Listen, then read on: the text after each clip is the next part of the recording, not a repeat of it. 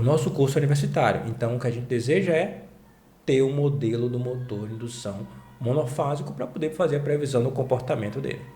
Na aula de hoje, eu vou desenvolver algumas equações para que a gente consiga fazer a previsão do comportamento mecânico com base, obviamente, na alimentação elétrica que o motor de indução monofásico vai receber.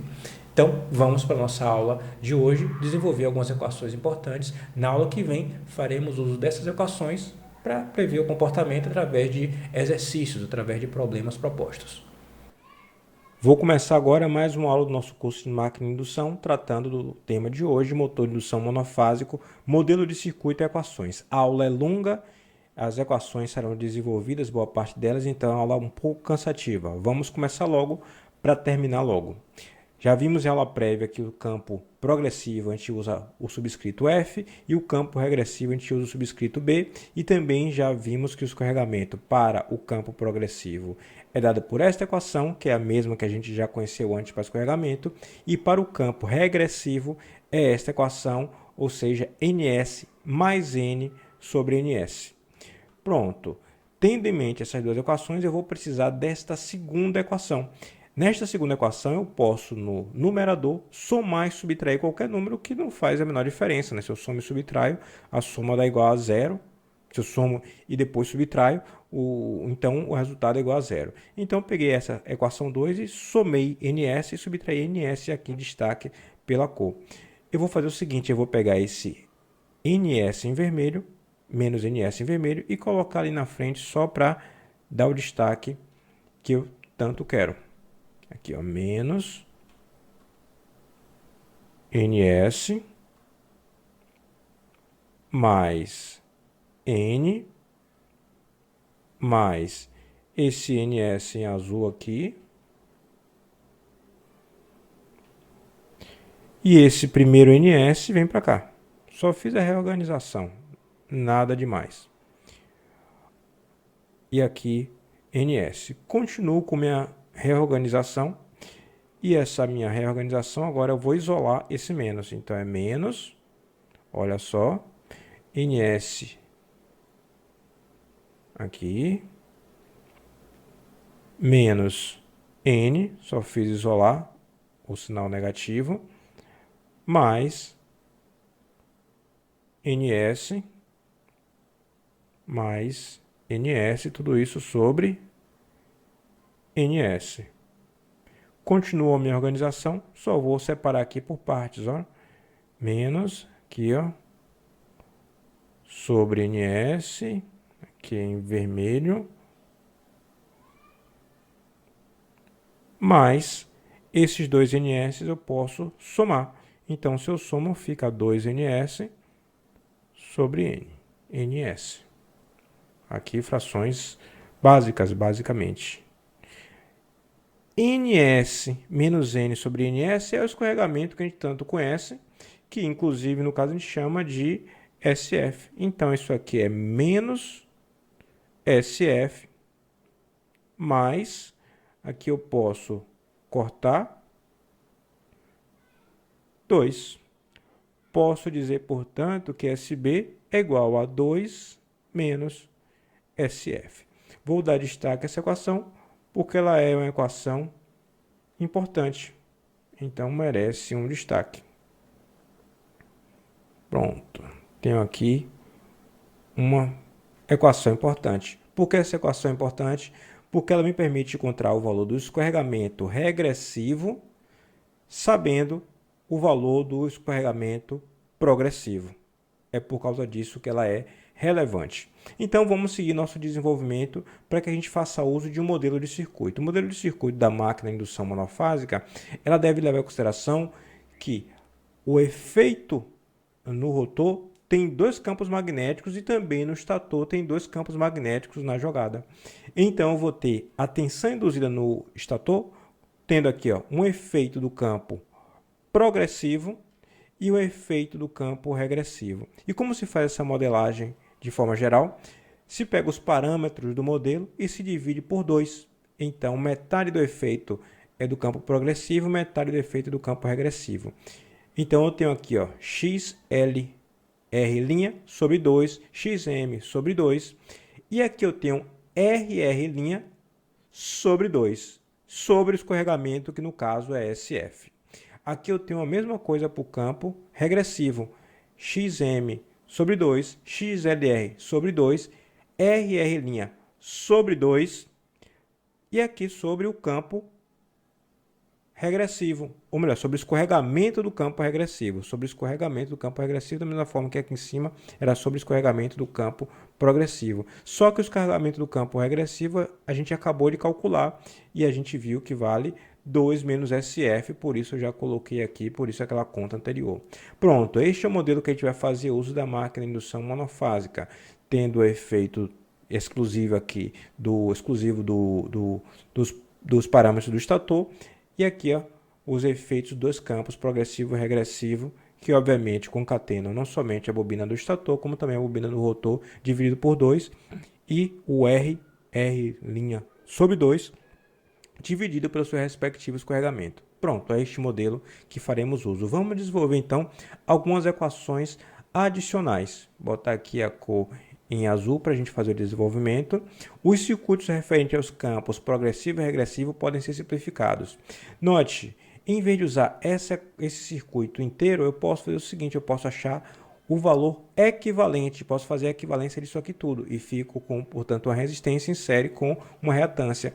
O mesmo em relação a esse, fico com a resistência em série com reatância. Se a gente fizer isso, a gente faria como? Aqui eu tenho XM sobre 2, que no caso seria o J XM sobre 2, em paralelo com RR' sobre 2 SF mais J XLL' sobre 2 XLR'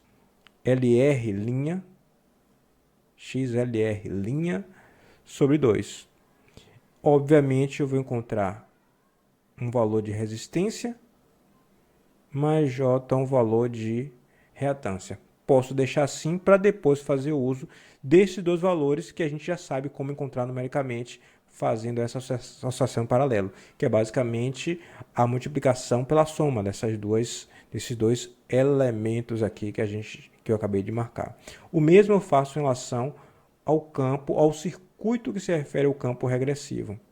Então eu tenho aqui, ó, J XM sobre 2, colocar de forma similar ao que eu fiz o outro, ó, XM sobre 2, em paralelo com RR' sobre 2 menos SF mais J XLR' sobre 2. Como resultado disso, a gente vai chamar de RB mais J XB. Aí vem o conceito de potência de entreferro, tanto do campo progressivo, tanto da parte do circuito referente ao campo progressivo, tanto do campo regressivo. O que é potência de entreferro, por definição? É toda a potência que fluiu do estator e chegou no rotor.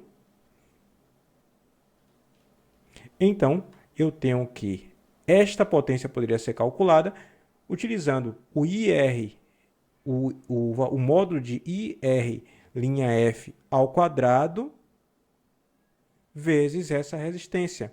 Faria o mesmo com esta aqui. Mas nós já calculamos o valor de uma resistência equivalente. Então eu tenho aqui, tenho na verdade a substituição por um valor que é, desenhar um pouquinho melhor, que é isso aqui, ó, RF e XF. Então se eu fizer a corrente IS, que agora é ela que vai passar por aqui, ó, IS, se eu fizer o módulo da corrente IS ao quadrado vezes a resistência RF, eu passo a ter também a potência de entreferro, porque a potência de entreferro é toda a potência ativa que fluiu para o rotor. Então, faço essa conta dessa forma. Quem é a potência, portanto, de entreferro relativo ao circuito do campo direto, do campo, na verdade, progressivo. Poderia até chamar direto e reverso também, mas o nome que a gente está usando é progressivo e regressivo. ao quadrado. O mesmo vale para a potência de treferro do campo regressivo. RB módulo de IS ao quadrado. Quem é a potência de treferro total? Toda a potência que chegou ao circuito do rotor é a soma das duas potências de entreferro relativa ao circuito de cada um dos campos. Então, faço essa soma. Ao fazer essa soma, eu vejo que eu posso pegar o módulo de S ao quadrado e isolar, e obviamente vai ficar com a soma de RF mais RB. Deixa eu fazer isso aqui, ó. Vai ser a soma PGF mais PGB, e ao fazer essa soma, eu vou ter o RF mais o RB vezes o módulo de S ao quadrado. Mais uma vez, mais uma equação que merece um destaque, né? Merece um destaque. Posso botar aqui o destaque em verde. Fica ok.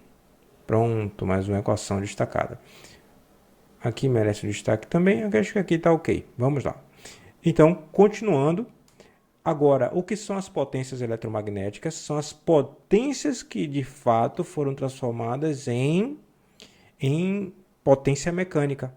Também é chamado de potência mecânica em boa parte dos livros. Então, quem é a potência eletromagnética?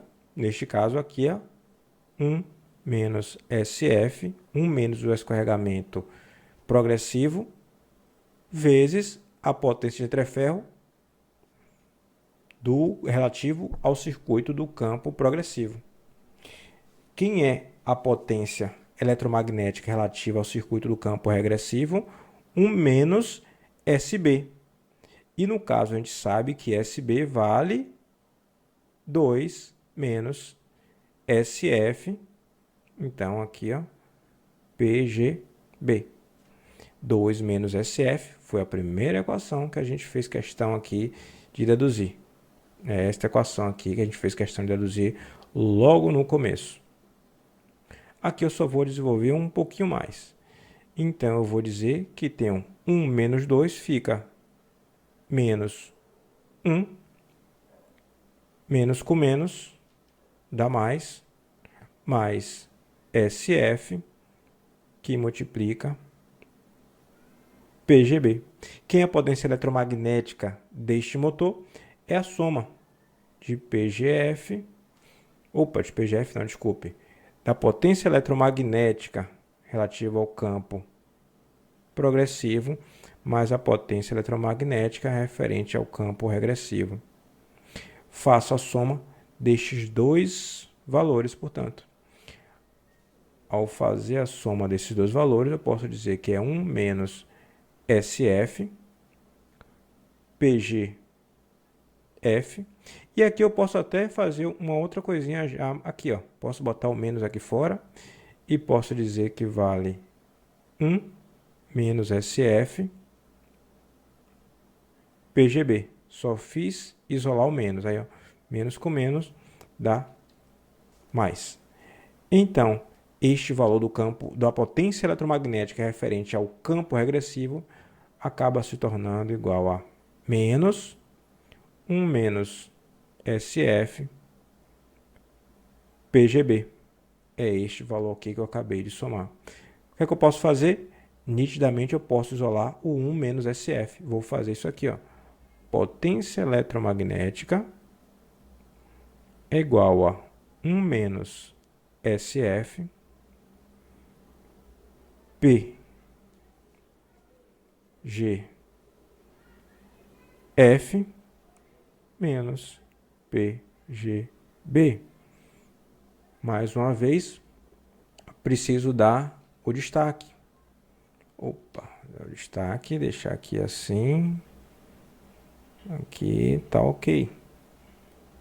Opa. Aqui, potência eletromagnética calculado. Quem vai ser, portanto, agora o torque eletromagnético? O torque eletromagnético é a potência eletromagnética, que está calculada aqui anteriormente, 1 menos SF, PGF menos PGB, sobre a velocidade do rotor, que também pode ser calculada como 1 menos SF a velocidade síncrona. Equação que já vimos também quando fizemos desenvolvimentos com a máquina trifásica. Posso agora cortar esses dois valores. Ao cortar esses dois valores, eu fico sabendo que o torque eletromagnético total vai ser igual a PGF menos PGB, tudo isso sobre ômega-s. Note, você tem um torque empurrando e um torque freando. Um torque acelerante e um torque frenante. O que importa é, desde o primeiro sentido de giro, no qual foi determinado qual o sentido que vai ter o torque acelerante e qual o sentido que vai ter o torque frenante, isso já foi estabelecido e, portanto, a máquina opera com uma parcela da sua potência sendo consumida para acelerar a carga e uma parcela da sua potência sendo consumida para frear a carga. É assim que a máquina funciona, não existe milagre. Os sistemas eles são modelados, a gente não consegue alterar as leis naturais, a gente utiliza as leis naturais em nosso favor. Veja que isso não ocorre na máquina de indução trifásica, o que é uma grande vantagem para ela. Afinal de contas, não tem esse dilema de consumir potência para acelerar e frear simultaneamente na mesma máquina. Venho aqui e faço o destaque.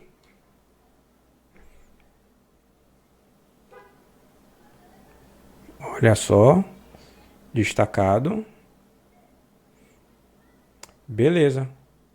Feito o destaque, posso seguir adiante para o cálculo da potência de eixo. Quem é a potência de eixo?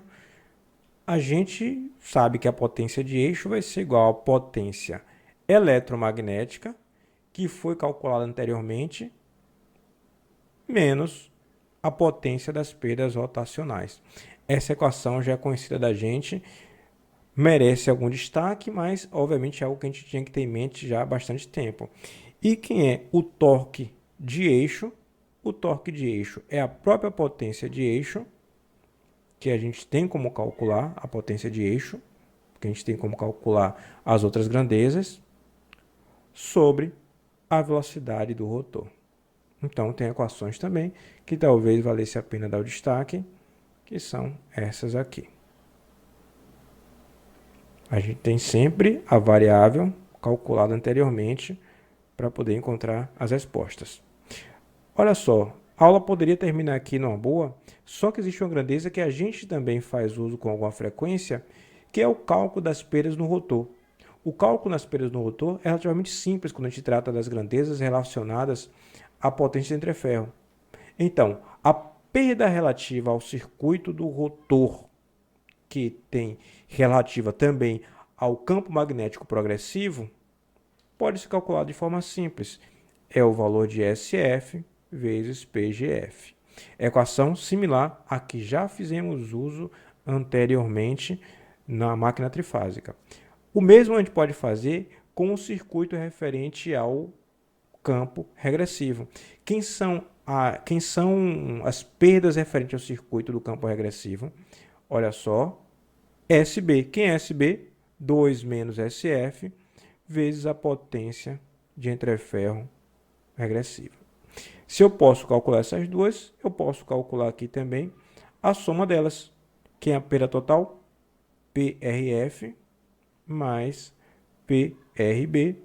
Você pode dar alguma continuidade e dizer que a perda no rotor, portanto, é igual a SF PGF mais 2 menos SF PGB, valores que você pode calcular como já fizemos anteriormente, como já mostramos anteriormente, mas é uma equação que merece destaque. Eu quero te lembrar que não existem fisicamente estes dois circuitos separados. Isso aqui é uma separação da academia. O rotor é do tipo gaiola de esquilo. É um circuito, enrolamento único. Isso aqui, a separação entre dois circuitos, é modelagem, é pura abstração. É nossa mente imaginando como desenvolver melhor um modelo que a gente possa fazer uso e interpretar da forma devida. Então, na aula que vem, a gente faz uso dessas equações para resolver um problema de motor de indução monofásico. Se você gostou da aula de hoje, está convidado para a próxima aula, no qual pegaremos essas equações que desenvolvemos hoje e faremos uso num exercício proposto, num exercício resolvido. Aguardo você então já na próxima aula do nosso curso de máquinas de indução, ainda nesse tópico aqui que é motor de indução monofásico.